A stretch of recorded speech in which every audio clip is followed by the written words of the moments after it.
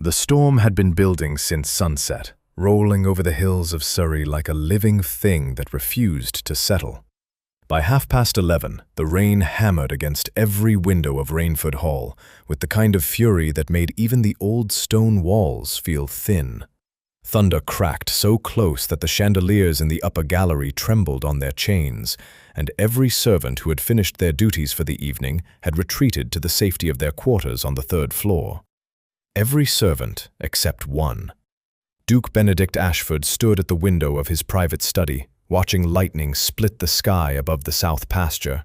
He was 32 years old, broad across the shoulders, and known throughout 3 counties as a man who ran his estate the way a captain runs a warship, with precision, discipline, and very few words. His dark hair was still damp from the ride he had taken before the storm broke, and his shirt sleeves were rolled to the elbows because he had long since given up pretending to be formal when no one was watching. He needed a lantern.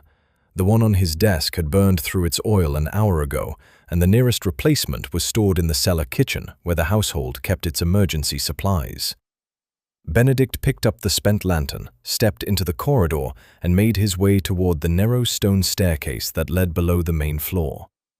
Rainford Hall was a sprawling country estate built during the reign of King George II, and its lower level was a maze of cold storage rooms, wine cellars, and a massive kitchen that served as the working heart of the house. During the day, the kitchen bustled with a dozen staff preparing meals for the household. At this hour, it should have been completely dark and completely empty.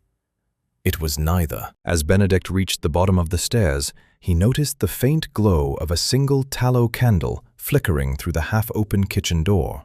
He slowed his steps. The flagstone floor was cold beneath his boots, and the air carried the earthy smell of root vegetables stored in the adjacent pantry. He could hear the storm above, muffled now by layers of stone and timber, but underneath that sound was something else. Someone was crying. Benedict pushed the kitchen door open with his free hand and stepped inside. The enormous kitchen stretched out before him, iron pots hanging from ceiling hooks, a long wooden preparation table down the center, and the great coal-fired range against the far wall, still warm from the evening's cooking. A copper kettle sat on one of the burners, steam curling from its spout in a thin white ribbon. And there, standing at the far end of the preparation table with her back half-turned, was the new scullery maid. Her name was Evangeline. She had arrived at Rainford Hall only a fortnight ago with a letter of character from a respectable household in Kent, and she had done her work quietly and without complaint ever since. She was 28, older than most women who entered service at that level, with dark auburn hair pinned tightly beneath a plain cotton cap, and the kind of face that carried its composure like armor. That armor had cracked wide open tonight. Her shoulders shook as she arranged a tea tray with trembling hands. A porcelain cup, a saucer, a small dish of honey, and a linen napkin, the standard tray she prepared each night for Benedict's midnight tea, a habit the housekeeper had mentioned during Evangeline's first week. Tears ran freely down her cheeks, and she was so consumed by whatever grief held her that she did not hear Benedict enter. He watched her for 3 full seconds. Then he set his lantern down on the nearest shelf, crossed the kitchen floor, and pulled the heavy oak door shut behind him. The iron key hung from a ring on the inside of the frame. The cook kept it there to lock the pantry stores at night. Benedict turned the key in the lock with a firm, deliberate click. The sound cut through everything. Evangeline spun around so fast that the teaspoon clattered off the tray and rang against the stone floor. Her eyes were red and swollen, her face pale in the candlelight, and her expression shifted from grief to pure terror in the space of a single heartbeat. "Your Grace, I was only preparing your tray. I did not expect—" "Who hurt you?" 3 words. Benedict said them quietly, but his voice filled the kitchen the way low thunder fills a valley. He did not move closer. He stood with his back against the locked door, his arms folded across his chest, and his eyes fixed on hers with the kind of steady patience that made men twice his age uncomfortable in business negotiations. Evangeline opened her mouth, closed it. Her hands gripped the edge of the preparation table behind her so tightly that her knuckles turned white. "No one, Your Grace. I simply—" "You are standing in my kitchen at midnight, weeping over a tea tray, and I would like to know why." The gentleness in his tone seemed to frighten her more than anger would have. She looked at the locked door behind him, then at the small window high on the cellar wall where rain streamed down the glass in crooked rivers. She was calculating. Benedict could see it in her eyes, the frantic arithmetic of a woman deciding whether the truth or the lie would destroy her faster. And then she did something he never expected. Evangeline reached into the pocket of her apron and pulled out a small glass vial. It was no bigger than her thumb, made of dark amber glass with a cork stopper, and she held it out toward him the way someone holds a confession they can no longer carry. "I was told to put 3 drops of this into your tea tonight," she whispered. "If I refused, they would end my brother." The kitchen went silent, except for the storm raging above them. Benedict stared at the vial in her outstretched hand. The candlelight caught the dark liquid inside, thick, slightly oily, the color of old wine. He did not reach for it. He did not step back. He stood perfectly still and let the weight of what she had just said settle into the room like smoke. "Who gave you that vial?" he asked. "I do not know their names." Her voice broke on the last word, and fresh tears spilled down her cheeks. "A man came to the servants' entrance 3 days ago while the household was at chapel. He told me my brother Thomas had been taken from his shop in London, and that if I wanted to see him alive again, I would do exactly as I was told." She lowered her hand, still holding the vial, and her whole body seemed to fold inward, as though the act of speaking the truth had removed something that had been keeping her upright. "I could not do it," she said, barely above a whisper. "I stood here for an hour trying to convince myself, and I could not do it. So I suppose they will finish Thomas, and then they will come for me, and none of it matters anymore." Benedict looked at the tea tray. The cup was still empty. The kettle was still steaming. She had been standing here in the dark, alone with a vial of poison and an impossible choice, and she had chosen to break rather than to harm a man she barely knew. He crossed the kitchen in 4 strides, took the vial gently from her fingers, and placed it on the table beside the tray. "Your brother's name is Thomas," he said. "Tell me everything." Benedict brought her upstairs. He did not summon the housekeeper or wake any of the staff. He simply picked up the tea tray with one hand, carried the amber vial in his waistcoat pocket, and led Evangeline through the servants' corridor and up the back staircase to his private library on the upper floor. She followed 2 steps behind him, silent, except for the occasional shudder of breath that escapes a person who has been crying for a long time and has only just stopped. The library was the warmest room in Rainford Hall. A fire still burned low in the marble hearth, and the walls were lined floor to ceiling with leather-bound volumes that Benedict's grandfather had begun collecting 60 years ago. A mahogany writing desk sat near the window, cluttered with estate correspondence, a brass inkwell, and a magnifying glass Benedict used for examining tenant contracts. He gestured toward one of the 2 armchairs by the fire. "Sit down." Evangeline hesitated. A scullery maid did not sit in the Duke's private rooms.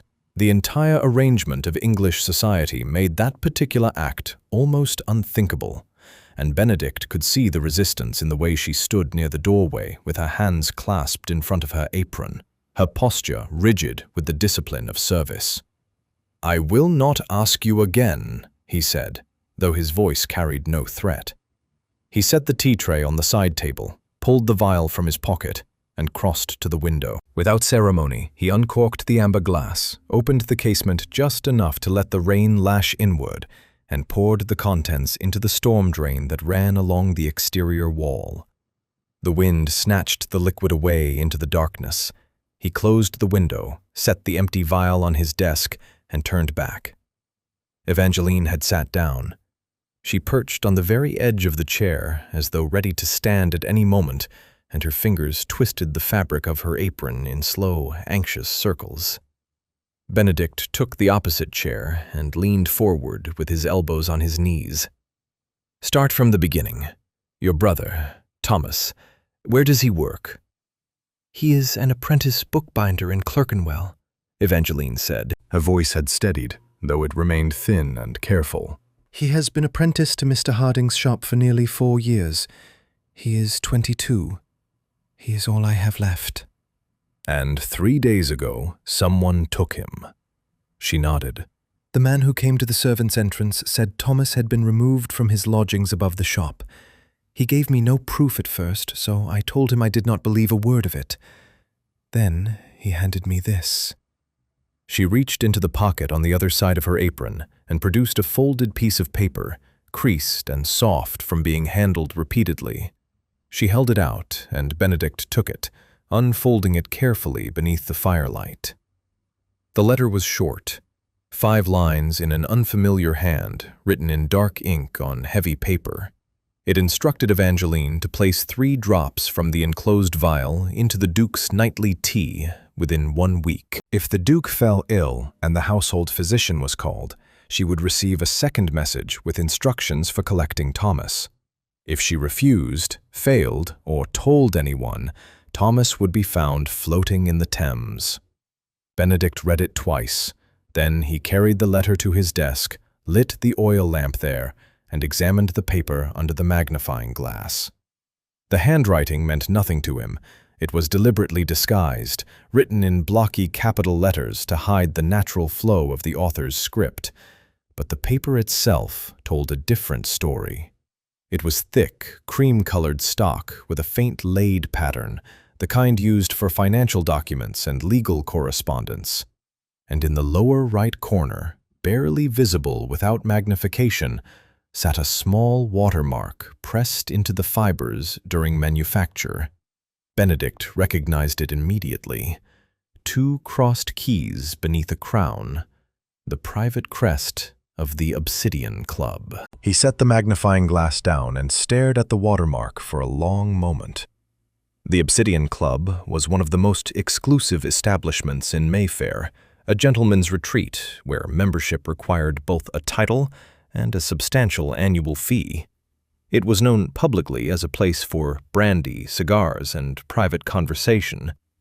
It was known privately as something else entirely, a place where fortunes changed hands across card tables and debts grew large enough to swallow whole families. Benedict's own stepbrother, Julian, held a membership there. He had for years. "This paper," Benedict said slowly, tapping the corner of the letter, "comes from a very specific place in London. Whoever wrote this either belongs to that establishment or has access to its private stationery." Evangeline watched him from the armchair, her red-rimmed eyes reflecting the firelight. "Do you know who they are?" "I know where to begin looking." Benedict folded the letter and placed it inside the top drawer of his desk, turning the small brass key to lock it. "Tell me about Thomas. You said he binds books. Has he mentioned anything unusual in his recent work? New clients, strange commissions, anything that troubled him?" Evangeline frowned, searching her memory. "He wrote to me a month ago. He mentioned that Mr. Harding had taken on a private commission, a set of financial records that needed rebinding and restoration. Thomas said the client insisted on absolute secrecy and paid 3 times the usual rate. He thought it odd, but did not refuse the work." Benedict turned the empty vial over in his fingers, thinking.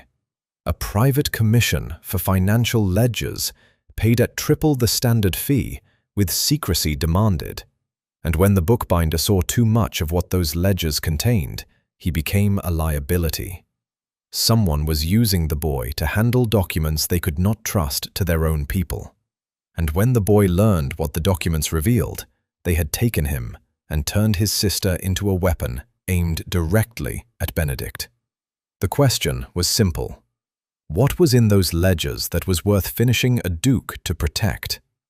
Benedict placed the vial in the drawer alongside the letter and locked it again. He pulled the bell cord near the desk. 3 short tugs, the private signal that summoned only his valet. "We leave before dawn," he told Evangeline. "Pack nothing. Tell no one." Benedict's valet, a lean and gray-haired man named Chambers, who had served the Ashford family for 23 years, arrived at the library door within 4 minutes of the bell cord being pulled.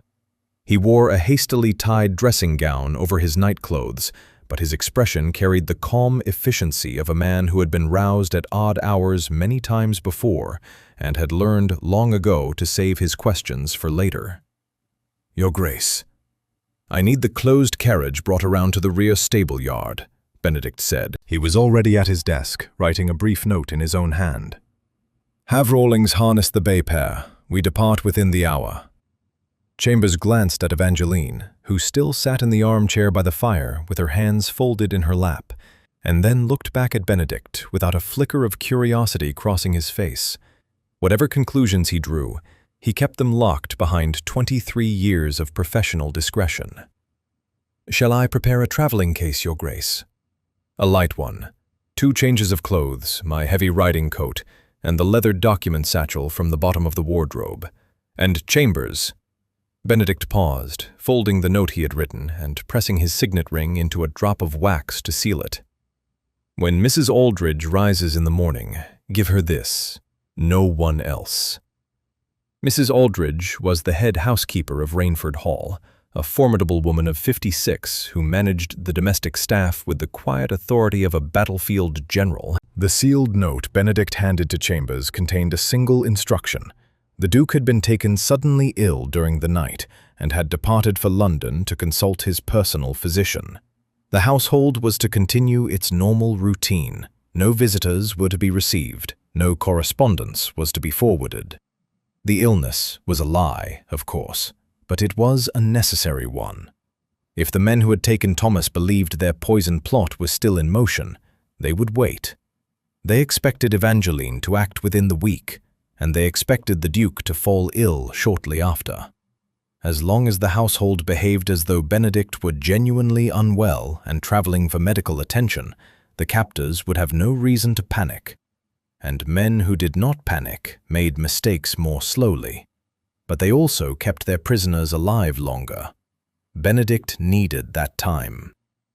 While Chambers disappeared to wake the coachman, Benedict turned to Evangeline. She had been sitting in absolute stillness, watching him orchestrate the departure with the kind of focused attention a person gives to something they do not entirely trust. He could see the question forming behind her eyes before she spoke it. "Why are you doing this?" Benedict pulled on his waistcoat and reached for the riding coat draped over the back of his chair. "Because someone tried to poison me in my own kitchen, and I would very much like to know who arranged it." "You could hand me over to the magistrate. You could call the constable and let them deal with Thomas and the rest of it." "I could," Benedict agreed, buttoning the coat. "And by the time the local magistrate assembled a proper inquiry, wrote to his counterpart in London, and dispatched men to investigate, your brother would be dead, and whoever is behind this would have burned every document connecting them to it." Evangeline said nothing. The firelight caught the sharp edges of her jaw, the tension in her neck, the way she held herself like someone bracing against a wind that had been blowing for days without pause. Benedict had managed difficult tenants, stubborn suppliers, and scheming business partners across half of England. He knew what exhaustion looked like when a person had been running on fear alone, and Evangeline was very nearly at the end of what fear could carry. "Can you ride in a carriage for several hours without falling apart?" he asked. "I have been falling apart in your kitchen for 3 days, Your Grace. I can manage a carriage." The corner of Benedict's mouth twitched. He picked up the document satchel Chambers had left outside the door and slung it over his shoulder. They left through the rear of the house, through the boot room and the narrow passage that connected the main building to the stable block. The rain had softened to a steady downpour, and the stable yard was a shallow lake of mud and gravel that sucked at their boots with every step. Rawlings, the head coachman, had the bay horses harnessed to the closed black carriage, a sturdy, unremarkable vehicle that Benedict used for travel when he did not wish to attract attention. It bore no family crest on the door, no gilded trim, nothing that would announce the occupant's rank to anyone watching from the road. Benedict handed Evangeline up into the carriage first. She climbed the step without assistance, gathering her plain wool skirt in one hand, and settled onto the rear-facing bench with the practiced economy of movement that came from years of making herself small in other people's houses. Benedict followed, taking the forward-facing seat opposite her, and rapped twice on the roof with his knuckles. The carriage lurched forward. The horses' hooves squelched through the mud of the stable yard, found the gravel of the main drive, and soon the iron-rimmed wheels were rattling south along the turnpike road toward London. Rainford Hall disappeared behind them in the darkness, swallowed by rain and the black outlines of Surrey's oak forests. For the first quarter hour, neither of them spoke. The carriage lantern swung gently on its hook, casting shifting patterns across the leather seats and the fogged glass of the windows. Evangeline sat with her hands clasped tightly in her lap, staring at the floor, and Benedict watched the darkness beyond the window, while his mind turned over every detail she had given him. A bookbinder hired to restore secret financial ledgers, a kidnapping to ensure silence, a scullery maid forced to carry poison into a duke's household, and stationery from the Obsidian Club connecting all of it. Whatever those ledgers contained, someone with considerable resources and connections to Benedict's own world had decided that crime was simpler than exposure. That meant the secret was worth more than a man's life. Benedict intended to find out exactly how much more. They reached the Wayfarer's Rest on the evening of the second day of travel. The coaching inn sat at the junction of two turnpike roads about 30 miles north of London, a broad, timber-framed building with a thatched roof darkened by years of chimney smoke and English weather. The yard was busy with the usual evening traffic, a mail coach being loaded with sacks of correspondence, a merchant's wagon parked near the water trough, and a handful of private carriages whose passengers had stopped to rest their horses and take supper before completing their journeys. Benedict had chosen this particular inn deliberately. It was the largest stopping point on the southern road, and any courier traveling between Surrey and London would almost certainly pass through its yard. If the men holding Thomas intended to send further instructions to Evangeline at Rainford Hall, their messenger would follow this route. He secured 2 rooms on the upper floor, one for himself and one for Evangeline, under the name Mr. Barrington, a common enough surname that would draw no attention. The innkeeper, a stout woman with flour on her sleeves and a sharp eye for quality boots, studied Benedict's riding coat and the cut of his waistcoat for a moment longer than was casual. But the coins he placed on the counter were generous, and generosity had a way of making curiosity disappear in establishments that depended on the goodwill of travelers. Evangeline had barely spoken during the journey. She had slept in fitful stretches during the carriage ride, waking each time the wheels hit a rut or the horses slowed for a toll gate.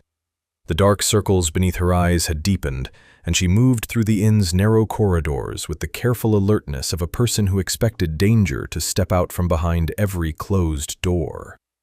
Benedict ordered supper brought to his room, rather than eating in the public dining hall.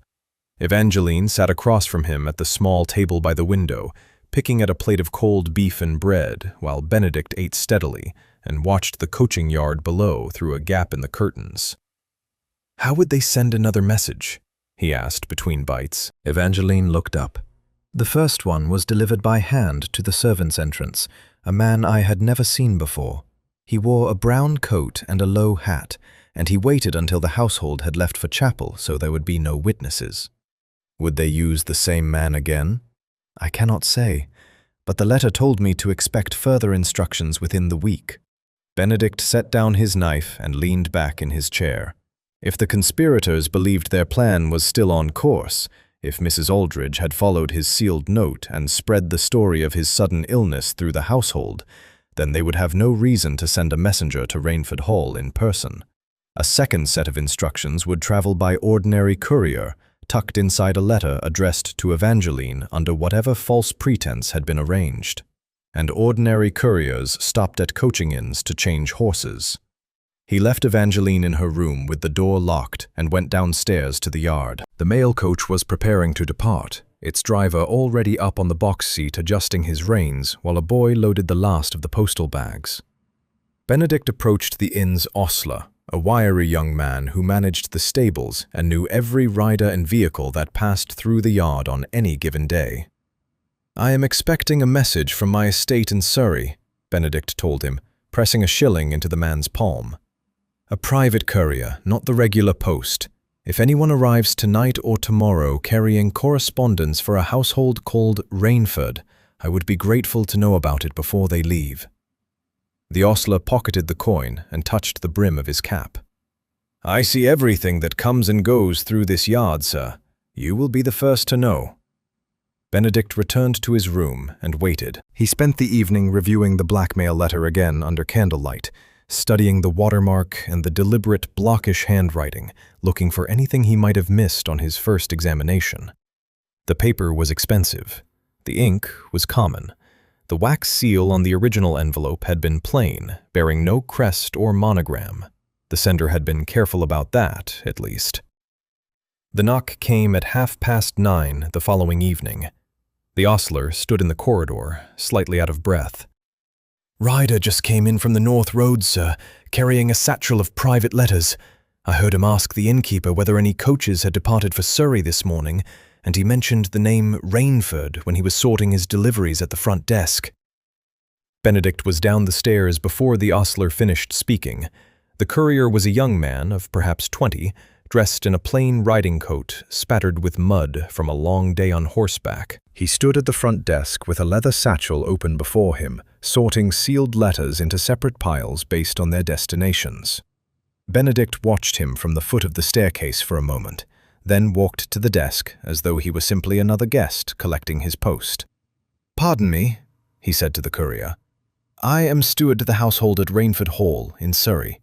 I have been travelling south on business and was told to watch for any correspondence along the route. Has anything arrived for our staff?" The courier rifled through one of his piles and produced a single envelope, addressed in the same blocky capital letters as the first. The name on the front read E. Ward, Evangeline's surname, Benedict noted, and the return address was fictitious. He could tell at a glance because it listed a street in Southwark that he happened to know was occupied entirely by a tanning works and a cooperage. "This is the one," Benedict said calmly. He signed the courier's receipt ledger with the name Barrington, took the letter, and carried it upstairs without breaking stride. In his room, he opened the envelope with a penknife. Inside was a single sheet, the same heavy cream paper, the same watermark of crossed keys beneath a crown. The message was brief. Thomas had been moved to a secure location near the London docks. Evangeline was to complete her task within 3 days, or the arrangement would be considered void. The address of the dockside warehouse was written at the bottom of the page in the same disguised hand. Benedict read it once, committed it to memory, and locked the letter inside his document satchel alongside the first. They departed for London at first light. London announced itself long before they reached its streets. The air thickened with coal smoke and the sour tang of the river as the carriage rattled through the outer villages south of the city, passing brick kilns and market gardens and rows of cramped terraced houses that pressed closer together with every mile. By late afternoon, on the 5th day since leaving Rainford Hall, they had crossed the Thames at Southwark Bridge and entered the dense, churning chaos of the capital. Benedict did not go to his Mayfair townhome. That address was known to anyone with a copy of Debrett's, and if the men behind Thomas's abduction had any connection to the Ashford family, which the Obsidian Club stationery strongly suggested, then the townhome would be the first place they would watch. Instead, he directed Rawlings to a quieter address in Bloomsbury, a modest but respectable boarding house owned by a widow named Mrs. Cathcart, who had once served as the cook at Rainford Hall before her retirement. She asked no questions, provided 2 clean rooms on the second floor, and sent up a pot of strong tea without being asked. From there, Benedict went out alone. He had 2 men in London he trusted without reservation. The first was Horace Briggs, a former gamekeeper from the Rainford estate who had retired to Lambeth after 30 years of service and now spent his days fishing the Thames and keeping a small vegetable garden behind his cottage. The second was Samuel Dwyer, who had served as the estate's head groundsman before a fall from a hay cart damaged his left knee and ended his career in the country. Dwyer now worked as a night watchman at a warehouse near Covent Garden, and he knew the dockside districts of London the way Benedict knew every acre of his Surrey lands. Benedict visited both men that evening, traveling on foot through streets that smelled of horse dung and roasting chestnuts, and the ever-present dampness that clung to everything within a mile of the river. He explained what he needed in plain terms. A young man was being held against his will in a warehouse near the docks. The men holding him were dangerous enough to arrange the poisoning of a duke. Benedict intended to retrieve the young man quietly, and he needed 2 steady pairs of hands to help him do it. Briggs agreed before Benedict had finished his second sentence. Dwyer took slightly longer, rubbing his bad knee and studying the Duke's face in the lamplight of his rented room above the watchman's station. "Quietly," he said. "No constables, no magistrates, no attention of any kind. We go in, we bring the boy out, and we disappear before anyone realizes what has happened." Dwyer nodded slowly. "I know the dock warehouses. Most of them are timber-framed, single-story, with loading doors on the riverside and a clerk's office at the back. If they have him locked in an office, there will be a window. There is always a window." They spent the following day in preparation. Benedict returned to the Bloomsbury boarding house and sat with Evangeline at the small writing desk in her room, asking her to describe every detail she could remember about Thomas's working life. She knew the layout of Mr. Harding's bookbinding shop in Clerkenwell because she had visited her brother there several times, the ground-floor workshop, the storage room where unbound pages were kept in wooden presses, the narrow staircase leading to the lodging rooms above. More importantly, she knew Thomas's habits. He was methodical and careful, the kind of young man who labelled every tool and kept his workspace in perfect order. If he had been brought to a warehouse and put to work on the ledgers, he would have arranged his materials in the same precise fashion he always used. And that meant the ledgers themselves would be close to wherever Thomas was being kept. On the evening of the 5th day, Benedict, Briggs and Dwyer made their way east through the city toward the address written on the second blackmail letter. The fog had rolled in from the river shortly after sunset, thick and yellow-grey, carrying the smell of mud and tar and the distant sound of ships creaking at their moorings. The 3 men moved through the narrow lanes between the warehouses on foot, keeping to the shadows cast by the tall brick walls of the older buildings that lined the waterfront. The warehouse matched Dwyer's prediction almost exactly. It was a long, low timber structure with a sloping roof, set back from the main wharf behind a yard of packed earth and broken crates. A loading door faced the river, chained shut from the outside. A smaller entrance on the east wall had a lamp burning beside it, and through the grimy window next to the door, Benedict could see the outline of a man sitting on a stool with a newspaper spread across his knees. One guard at the front. Dwyer circled the building and returned 5 minutes later with a report.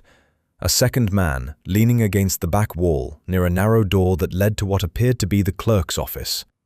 A faint light glowed behind the office window, and through it, Dwyer had caught a glimpse of a young man seated at a desk, surrounded by stacks of bound volumes. Thomas.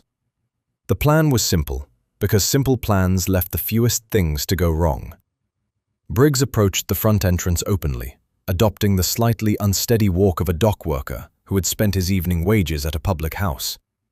He knocked on the door and asked the guard in a thick Surrey accent whether this was the warehouse belonging to Chapman and Sons, because he had been told to report for a loading shift and could not find the right building in the fog.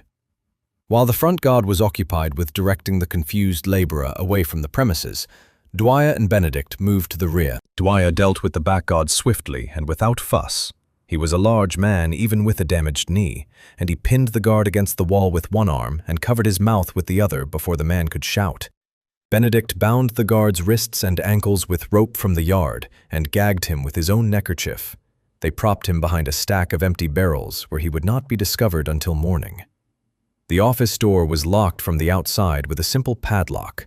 Dwyer broke it with a short iron bar, and the door swung inward to reveal a small, lamp-lit room furnished with a desk, a chair, a narrow cot, and shelf after shelf of leather-bound ledgers. Thomas Ward sat at the desk with an open volume in front of him and a pot of glue cooling at his elbow.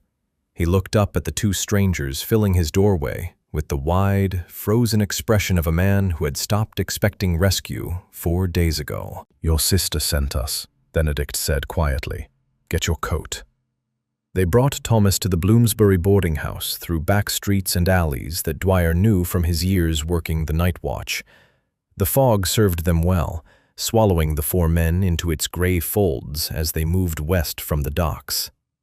Thomas walked between Benedict and Briggs on unsteady legs, blinking at the gas-lit street corners as though he had forgotten what the world outside that warehouse office looked like. Mrs. Cathcart opened the kitchen door without a word when Benedict knocked the agreed signal, 2 slow raps, then 3 quick ones. She took one look at Thomas, who was thin and unwashed and shaking slightly from the cold, and disappeared to heat water for a bath and prepare a plate of cold mutton and bread. Whatever private opinions she held about a duke arriving at her boarding house in the middle of the night with a half-starved young man, she kept them firmly behind her teeth. Evangeline was waiting in the upstairs corridor. She had refused to sleep, refused to eat, refused to do anything except sit in a chair near the window and watch the street below for any sign of their return. When Thomas appeared at the top of the stairs, she made a sound that Benedict had never heard from another human being, something between a gasp and a sob that seemed to come from a place deeper than her throat, somewhere near the center of her chest where the worst kind of fear had been living for a week. She crossed the corridor in 3 steps and held her brother so tightly that Thomas, who was a full head taller than his sister, had to bend nearly double to rest his forehead against her shoulder. They stood like that for a long time. Benedict passed them on the landing without speaking, and went downstairs to pay Briggs and Dwyer and send them home with his thanks and a promise that their service would be remembered. It was nearly 2 hours before Thomas was clean, fed, and steady enough to talk. Benedict had moved everyone to the larger of the 2 rented rooms, where a coal fire burned in the grate and the curtains were drawn tight against the street. Evangeline sat beside her brother on the narrow settee, her hand resting on his arm, as though she needed to confirm at regular intervals that he was real and solid and present. Thomas looked older than 22. His face was gaunt from days of poor food and no sleep, and his hands, the careful, precise hands of a trained bookbinder, bore fresh ink stains that extended past his wrists and up his forearms. He held a cup of tea in both palms and stared at the fire while he gathered his thoughts. "Mr. Harding took the commission about 6 weeks ago," Thomas began. His voice was quiet and slightly hoarse. "A gentleman came to the shop and asked whether we could rebind a set of private financial records. 12 volumes, each one roughly 200 pages. The binding had deteriorated, and several pages had come loose. He wanted them restored to their original condition, new spines, fresh end papers, the pages cleaned and resewn." "Did this gentleman give his name?" Benedict asked from the armchair opposite. "He introduced himself as Mr. Langley. I have no way of knowing whether that was genuine. He was well dressed, good wool coat, polished boots, a gold watch chain. He spoke like a man of education. He told Mr. Harding that the records were personal family accounts and that discretion was essential. He paid the full fee in advance, in cash, which Mr. Harding thought unusual but welcome. Thomas paused and took a sip of tea. His hands trembled slightly around the cup. I was assigned the work because Mr. Harding's eyesight has been failing and the pages required delicate handling.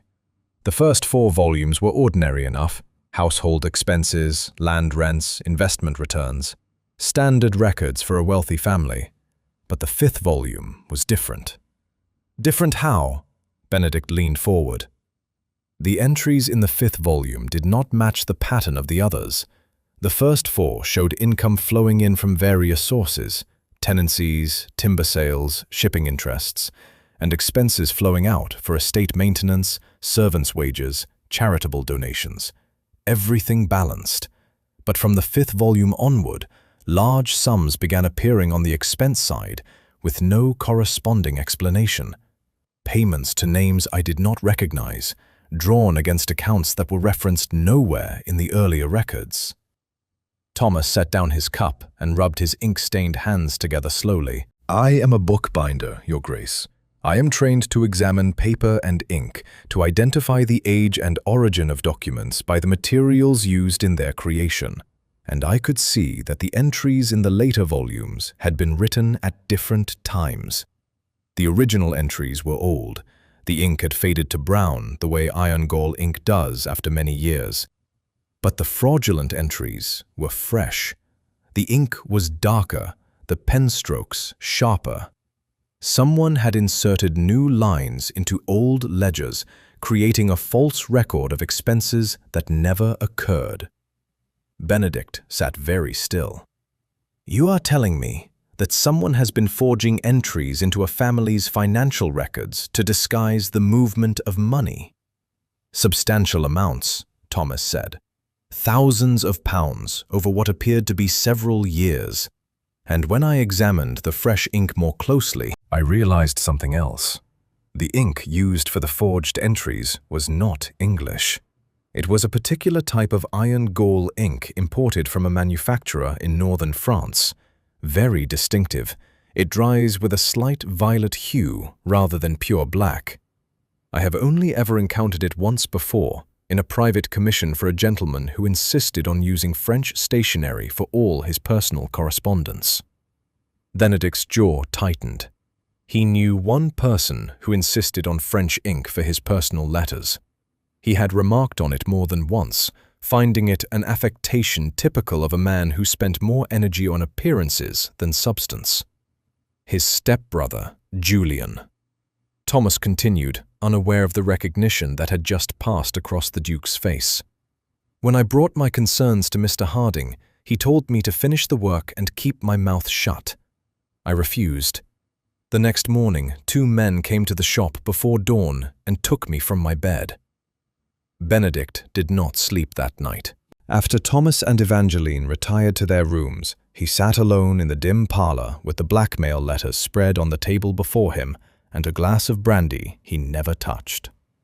The fire burned down to embers while he turned the facts over in his mind, examining them the way a man examines a pocket watch he suspects has been tampered with. Carefully, methodically, looking for the piece that did not belong. Julian Ashford was Benedict's stepbrother by his father's second marriage. Their father, the late Duke, had married Julian's mother, a widow of modest fortune and considerable social ambition, when Benedict was 14 and Julian was 12. The 2 boys had grown up together at Rainford Hall, shared tutors and riding instructors, and attended the same school in Hampshire. They had never been close. Julian was charming where Benedict was reserved, extravagant where Benedict was disciplined, and perpetually short of money despite receiving a generous annual allowance from the family trust that Benedict now administered as head of the household.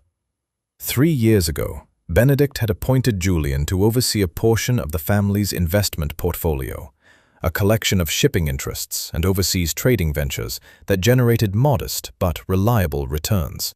It had been a gesture of goodwill, an attempt to give Julian purpose and responsibility. Julian had accepted the role with enthusiasm, established himself at the Mayfair townhome during the London season, and submitted quarterly reports that showed the investments performing steadily. Those quarterly reports, Benedict now realized, had almost certainly been fabricated. In the morning, he sent Dwyer back to the dockside warehouse with instructions to retrieve as many of the ledgers as he could carry. The warehouse had been abandoned overnight. The guards had freed themselves and fled, and whoever employed them had not yet sent replacements. Dwyer returned before noon with a canvas sack containing 8 of the 12 volumes Thomas had described, stacked carefully to avoid damaging the spines. Benedict cleared the writing desk in his room and laid the ledgers out in order. Thomas joined him after breakfast, still pale and thin, but steadier than the night before, and together they began the slow work of examining each volume, page by page. The task required patience. The ledgers covered nearly a decade of financial records for the Ashford Family Trust, rents collected from tenant farms across 3 counties, returns from shipping investments, dividends from a textile mill in Lancashire, and the annual income from timber sales on the northern portion of the Rainford estate. Benedict knew these figures well because he reviewed them personally each quarter, comparing the numbers against his own records kept in the study at Rainford Hall. The discrepancies emerged gradually, like a stain spreading across clean linen. In the earlier volumes, the figures matched Benedict's own records precisely, but beginning approximately 4 years ago, roughly 1 year after Julian had taken over the investment portfolio, new entries began appearing in the expense columns. Payments to unfamiliar names, transfers to accounts at banks Benedict had never authorized, disbursements labeled as maintenance costs for properties that, as far as Benedict knew, the family did not own. Thomas worked alongside him with quiet concentration, using a jeweler's loupe borrowed from Mrs. Cathcart's late husband's belongings to examine the ink on each suspicious entry.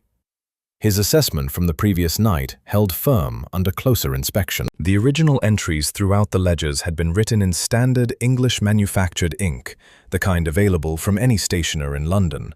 The fraudulent entries, scattered through the later volumes like weeds planted deliberately in a well-tended garden, were written in the distinctive French iron gall ink that dried with a faint violet cast. "The pen pressure is consistent throughout all the forged entries," Thomas observed, tracing a line of figures with the tip of a wooden stylus to avoid smudging. "The same hand wrote every one of these, and whoever it was had access to these ledgers over a long period. The oldest forgeries are at least 3 years old based on the degree of ink oxidation, while the most recent ones are only a few months old." Benedict pulled a sheet of personal correspondence from his document satchel. He had brought several letters from Julian, routine notes about investment returns, social invitations, a request for an advance on his quarterly allowance that he had kept in his desk at Rainford Hall out of administrative habit. He placed one of Julian's letters beside the open ledger and held the magnifying glass over both. The comparison took less than a minute. The slant of the letters was identical. The particular way the author formed his capital letters, the sharp downstroke on the letter T, the unusual closed loop on the letter G, the slight leftward lean that no amount of deliberate disguise could entirely eliminate, matched perfectly between Julian's personal correspondence and the forged ledger entries.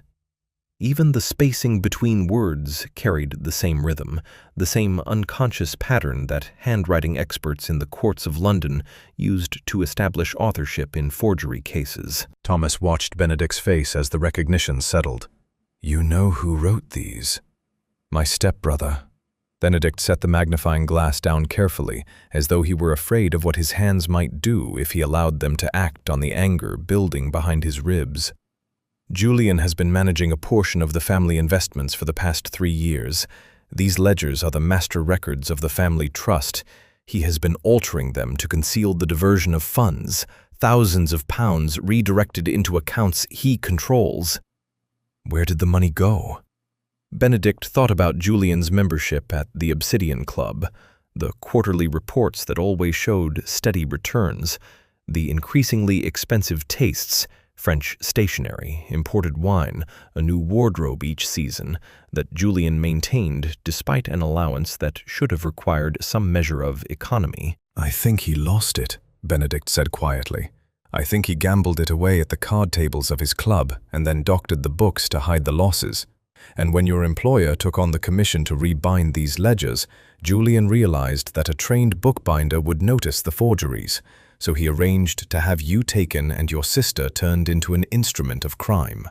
He gathered the ledgers into a single stack and placed Julian's letters on top.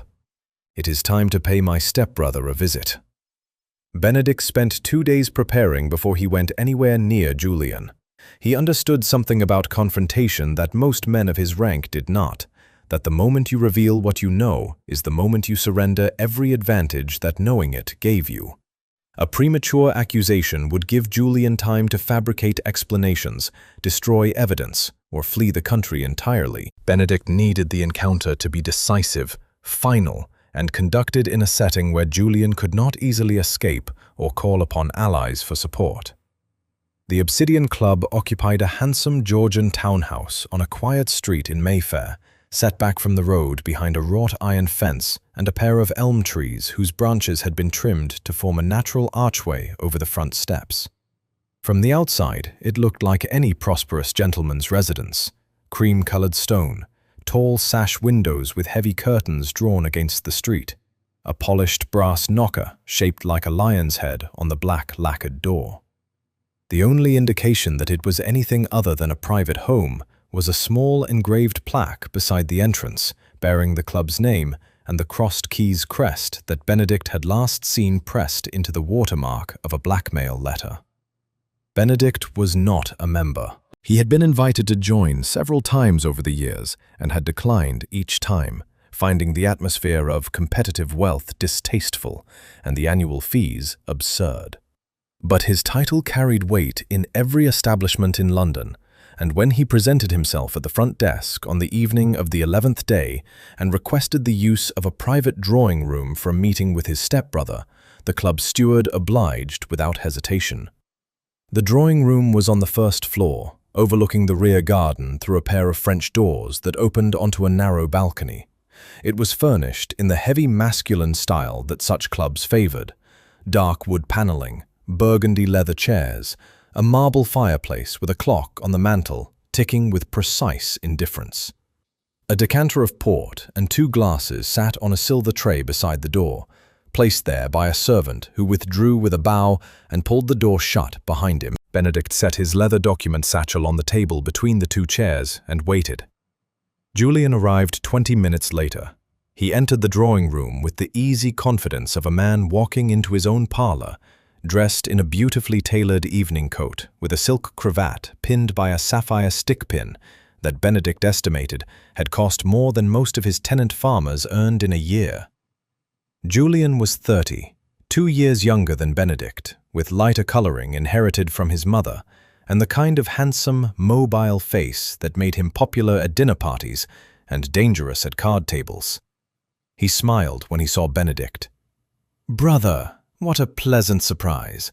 I heard you were unwell, some sort of sudden fever, according to the household. You look remarkably recovered." "Sit down, Julian."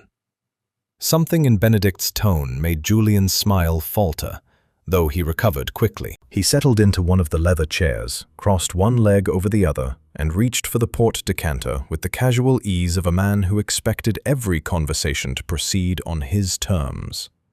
Benedict opened the document satchel and placed the first item on the table between them: the blackmail letter addressed to Evangeline, with its distinctive cream paper and the Obsidian Club watermark visible in the lower corner. Julian glanced at it. His hand paused on the decanter. Benedict placed the second letter beside the first, then the empty amber vial. Then, one by one, 8 leather-bound ledgers, each one opened to a page where Thomas had marked the forged entries with small slips of paper tucked between the pages. And finally, Benedict placed 3 of Julian's own personal letters beside the open ledgers, the handwriting facing upward, so that the comparison between Julian's natural script and the forged entries was immediately and undeniably apparent. Julian did not touch the port. His hand withdrew slowly from the decanter and settled in his lap, and Benedict watched the color drain from his stepbrother's face, the way ink drains from a cloth held under running water, gradually, then all at once. "The bookbinder's sister was placed in my household as a scullery maid," Benedict said. His voice was level, almost conversational, as though he were discussing the management of a tenant dispute rather than the attempted crime of his own person. "She was given a vial of poison and instructed to place it in my tea. When she refused, I brought her to London. I found her brother in a warehouse near the docks, locked in an office with these ledgers, which you hired his employer to rebind, without realizing that a trained craftsman would recognize fresh ink forged into old pages." Julian's mouth opened, closed. "The paper your blackmail letters were written on carries the watermark of this club. The ink used in the forged ledger entries is the same imported French iron gall ink you use for all your personal correspondence. And your handwriting, Julian, the one thing you cannot change no matter how carefully you try to disguise it, appears on every single fraudulent entry spanning 3 years of the family trust accounts." The clock on the mantel ticked through 10 full seconds of silence. Julian leaned forward slowly and rested his forehead in both hands. When he spoke, his voice came out thin and fractured, stripped of every trace of the charm that usually coated it like varnish. "It was the overseas ventures, 2 shipping investments in the East India trade that were supposed to return 40% in the first year. I put everything into them, my allowance, my savings, money borrowed against my expectations from the trust. When both ventures collapsed, I owed more than I could possibly repay." "So you stole from the family?" "I intended to replace it. Every quarter I told myself the next investment would recover the losses, and every quarter the losses grew larger, and the forgeries had to grow with them to keep the accounts balanced." "And when a bookbinder noticed the forgeries, you arranged a kidnapping and attempted to have me poisoned rather than face what you had done." Julian lifted his head. His eyes were red-rimmed, and his hands trembled against his knees. The sapphire stick pin in his cravat caught the firelight and threw a cold blue spark across the wall. "I never intended for anyone to be harmed. The men I hired were supposed to frighten the girl into compliance. The draft was only meant to cause illness, enough to keep you bedridden while I retrieved the ledgers and destroyed them." Benedict gathered the documents from the table and placed them back inside the satchel with steady hands. "We are going to settle this, Julian, quietly, legally, and completely. And you are going to cooperate, because the alternative is a public trial that will destroy every remaining shred of the Ashford name." 2 days passed before the matter was brought before a magistrate. Benedict used that time carefully. He moved Julian from the Obsidian Club to the Mayfair townhome under the quiet supervision of Dwyer, who took up residence in the servants' quarters and ensured that Julian neither left the premises nor communicated with anyone outside. Julian did not resist. The confession at the club had emptied him of whatever energy had sustained his deceptions over the previous 3 years, and he spent the 2 days sitting in the guest bedroom on the 2nd floor, eating little, speaking less, and staring at the garden below his window with the hollow expression of a man watching his own future dissolve. Benedict, meanwhile, engaged the services of Mr. Archibald Pemberton, a solicitor of considerable reputation, whose offices occupied a set of handsome rooms near Lincoln's Inn Fields.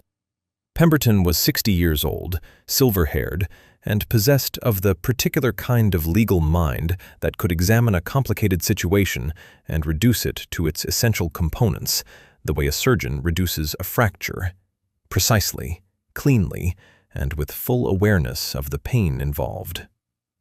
Benedict presented the ledgers, the blackmail letters, the empty vial, and a written summary of events beginning with the night in the kitchen at Rainford Hall. Pemberton studied the materials for the better part of an afternoon, asked 17 questions, Benedict counted, and delivered his assessment over a pot of tea in his private office. "You have more than enough evidence to secure a criminal conviction," Pemberton said, setting his spectacles on the desk. "Forgery, embezzlement, conspiracy to cause bodily harm, and unlawful imprisonment. Any one of these charges would be sufficient to put your stepbrother before a judge. Together, they would result in transportation at minimum." "I am aware of that. And yet I gather from the manner of your inquiry that a public trial is precisely what you wish to avoid." Benedict leaned back in his chair. Through the window of Pemberton's office, he could see the bare branches of the plane trees lining the street below, and beyond them, the grey rooftops of London stretching east toward the river. A public trial would accomplish justice in the legal sense. Julian would be convicted, sentenced, and punished according to the law. The evidence was overwhelming, and the outcome would be certain. But the trial itself would be a spectacle. The Ashford name would appear in every newspaper in London. The details of Julian's gambling debts, his forgeries, the kidnapping of a bookbinder, and the attempted poisoning of a duke would be discussed in drawing rooms and coffee houses from Mayfair to Manchester. Tenants on the Rainford estate would read about their landlord's family disgrace in the penny press. Business partners would question the integrity of every financial document the Ashford Trust had ever produced. And Evangeline, a woman who had already endured more than anyone should be asked to bear, would be dragged before a courtroom and forced to testify about the worst week of her life, while strangers watched from the gallery. Benedict had considered all of this, and he had decided that the cost of public justice was higher than the cost of private resolution. "I want a legal settlement," he told Pemberton, "binding, comprehensive, and enforceable. Julian signs over every remaining claim he holds against the family estate, his share of the trust, his interest in the investment portfolio, his right to the Ashford name in any financial transaction. In exchange, I pay off his outstanding debts and arrange for his permanent departure from England." Pemberton raised one silver eyebrow. "Exile. Voluntary exile, documented in a legally binding agreement witnessed by a magistrate. Julian leaves England within 30 days and does not return. If he violates the terms, the full criminal evidence is filed with the courts and a warrant is issued immediately." The solicitor considered this for a long moment, tapping his pen against the edge of his desk. "It can be done. The agreement itself is straightforward. I can draft the terms within a day. The difficulty lies in making it enforceable beyond English jurisdiction. Once your stepbrother leaves the country, compelling his compliance becomes a matter of trust rather than law. Julian understands what happens if he comes back. That will be sufficient." Pemberton nodded slowly. "Then I will need the testimony of the bookbinder to authenticate the forged entries. A sworn statement from a qualified craftsman identifying the ink, the paper, and the discrepancies between the original and fraudulent records will give the agreement its teeth. If Julian ever challenges the terms, that testimony becomes the foundation of a criminal prosecution." Thomas gave his statement the following morning in Pemberton's office, seated at the solicitor's desk with the ledgers open before him. He spoke for nearly an hour, describing in careful, technical detail the differences between the original entries and the forgeries, the age of the ink, the variation in pen pressure, the specific characteristics of the imported French iron gall ink that distinguished it from the English variety used in the authentic records. Pemberton's clerk recorded every word in shorthand, and Thomas signed each page of the transcription in his neat, precise hand. The settlement was executed on the 13th day since Benedict had left Rainford Hall. They gathered in the private office of Magistrate Crawford, a compact, wood-panelled room near the Inns of Court that smelled of old paper and candle wax. Julian sat across the table from Benedict, flanked by Pemberton on one side and the magistrate's own clerk on the other. He looked as though he had aged 5 years in a fortnight. His clothes, which had been immaculate at the Obsidian Club, hung loosely on his frame, and his fingers left damp marks on the pages as he signed each document Pemberton placed before him. Julian signed away his share of the family trust. He signed away his claim to any Ashford property, income, or financial instrument. He signed a confession acknowledging his role in the forgery, the kidnapping, and the poisoning attempt, to be held in Pemberton's vault and filed with the courts only in the event of a violation. And he signed an agreement to leave England within 30 days, with passage arranged to the colonies at Benedict's expense. When the last page was signed and witnessed, Julian looked across the table at Benedict for a long moment. His lips parted, as though he intended to speak, but whatever words he had prepared seemed to dissolve before they reached his mouth. He closed his eyes, pressed his palms flat against the table, and nodded once. Pemberton gathered the documents. The magistrate applied his seal, and the matter of Julian Ashford was settled without a single word of it reaching the London press. The carriage left London on the morning of the 15th day, carrying Benedict, Evangeline, and Thomas south through the patchwork of farms and commons that stretched between the capital and the Surrey hills. The weather had turned mild after a week of grey skies, and pale autumn sunlight fell across the hedgerows and ploughed fields that lined the turnpike road. Rawlings kept the horses at an easy pace, and the iron-rimmed wheels rolled over the packed earth with a steady rhythm that made the journey feel almost peaceful. Thomas sat beside the window on the rear-facing bench, watching the countryside pass with the quiet fascination of a man who had spent too many days staring at the same four walls. The gauntness in his face had softened slightly during the week at the Bloomsbury boarding house, where Mrs. Cathcart had made it her personal mission to feed him 3 full meals a day, plus a supper tray that appeared outside his door each evening, whether he asked for it or not. His hands were still stained with traces of ink that would take weeks to fully fade, but the tremor had gone from his fingers, and his eyes had lost the hollow, startled look they had carried on the night of his rescue. Evangeline sat beside her brother, with her shoulder resting lightly against his. She had said very little since the settlement was signed. Benedict had noticed that about her over the course of the fortnight. She spoke when speech was required, and fell silent when it was not, conserving her words the way a careful housekeeper conserves lamp oil during a long winter. It was a quality he recognized, because he shared it himself.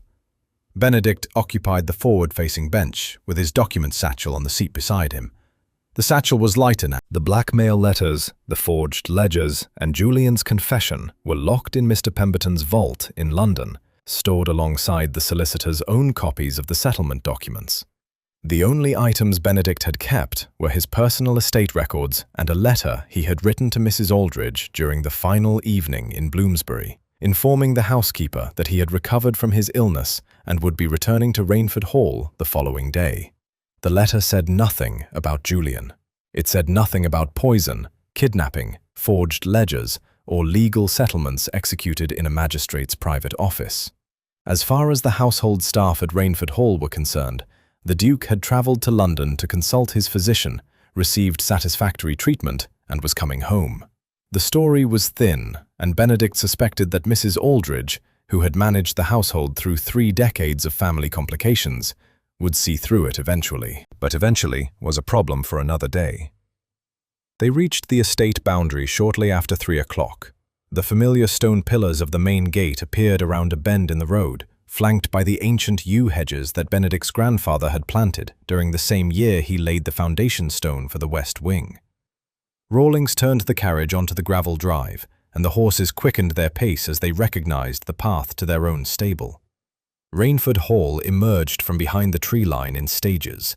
First the chimneys, then the slate roof, then the full breadth of the house spreading across the crest of the hill like a ship at anchor. The afternoon light caught the tall windows of the south facade and turned them to gold, and the gardens below the terrace were still green despite the advancing season, tended by the same groundsman who had maintained them since Benedict's father was alive. Mrs. Aldridge met them at the front entrance. She was a tall, angular woman who wore her grey hair pinned beneath a starched white cap and carried the household keys on a chain at her waist that clinked faintly when she walked. Her eyes moved from Benedict to Evangeline to Thomas in a single sweep that catalogued every relevant detail. The Duke's good health, the scullery maid's presence in the front carriage rather than the servant's cart, and the unfamiliar young man standing between them, and her expression remained perfectly composed throughout.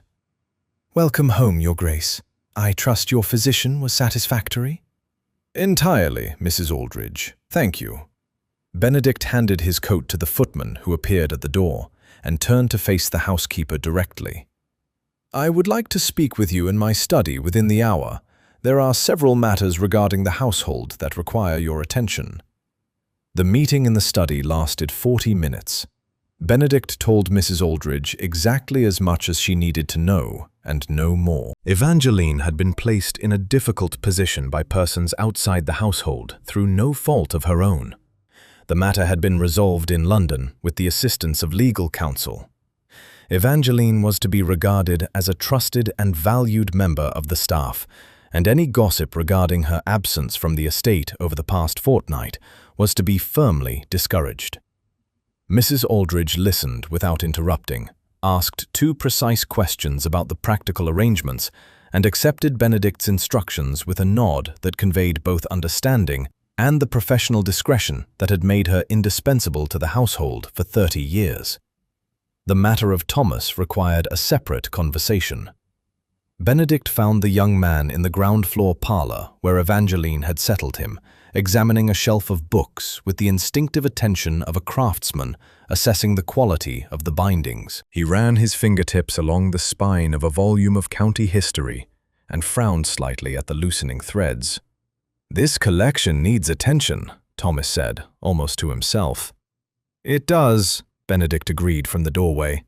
"The Manor's library contains over 3,000 volumes, some dating back to my great-grandfather's time. Many of them have not been properly maintained in years.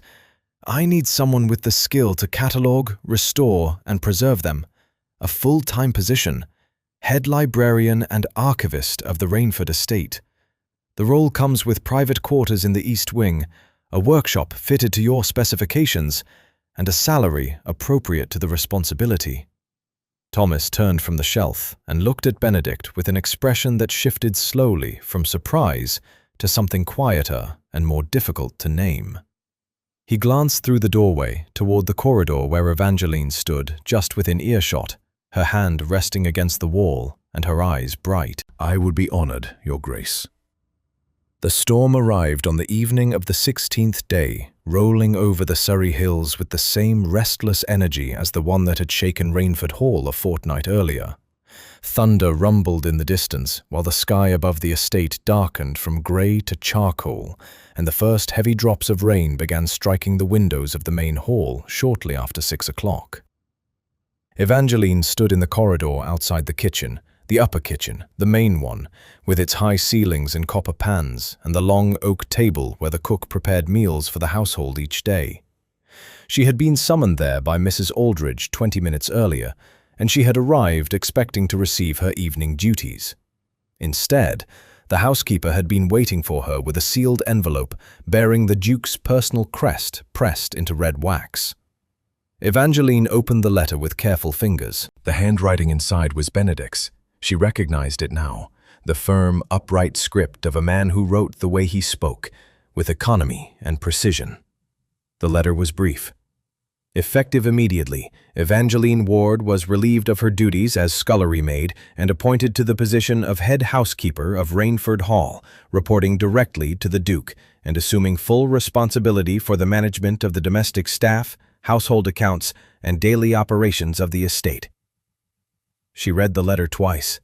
Then she folded it along its original creases, pressed it flat between her palms, and stood very still in the corridor while the rain hammered against the windows and the kitchen staff moved about their work on the other side of the door, unaware that anything had changed.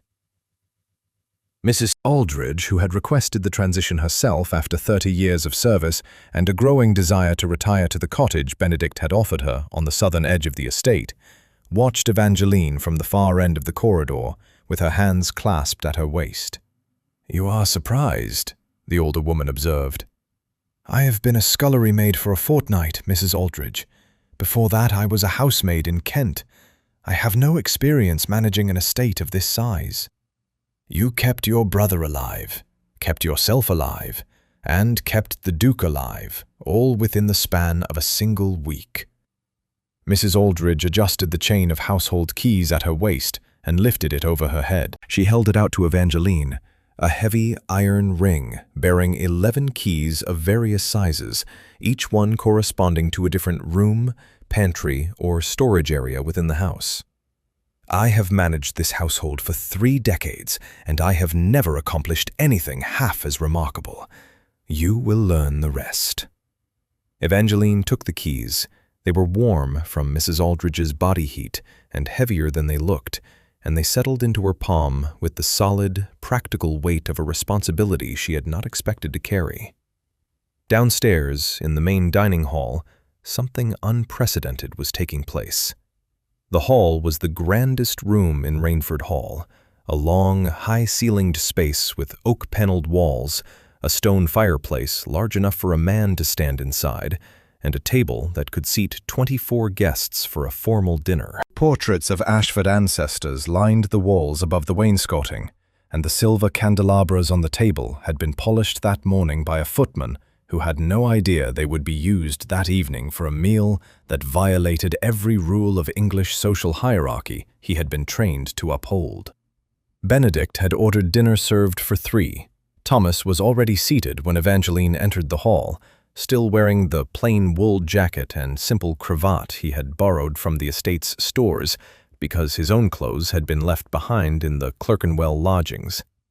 He looked freshly scrubbed and slightly overwhelmed by the size of the room, turning a silver dessert spoon over in his fingers with the careful attention of a man who appreciated fine craftsmanship even when he was too nervous to eat.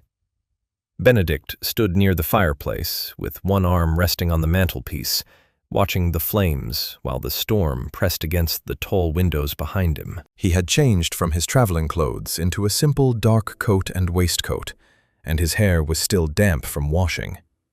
When Evangeline appeared in the doorway, he straightened and pulled out the chair to his right. "Mrs. Ward, please." "It is still Miss Ward, Your Grace." "So it is. Sit down." She sat. The cook brought the first course, a clear soup followed by roasted pheasant with root vegetables from the estate's own kitchen gardens, and for several minutes the only sounds in the hall were the clink of silverware, the crackle of the fire, and the steady percussion of rain against glass. Thomas ate properly for the first time since his rescue, finishing his soup and accepting a second helping of pheasant without being prompted. Color had returned to his face over the past 2 days, and the careful, methodical way he arranged his cutlery beside his plate after each course was so characteristic of the meticulous young craftsman Evangeline had described that Benedict found himself watching with quiet amusement. "I examined the county history collection this afternoon," Thomas said, between courses, breaking the comfortable silence. "There are at least 200 volumes in need of rebinding. Several of the oldest maps have separated from their backing boards entirely. It will take a full year to work through the most urgent repairs alone." "Then you had better start on Monday," Benedict replied.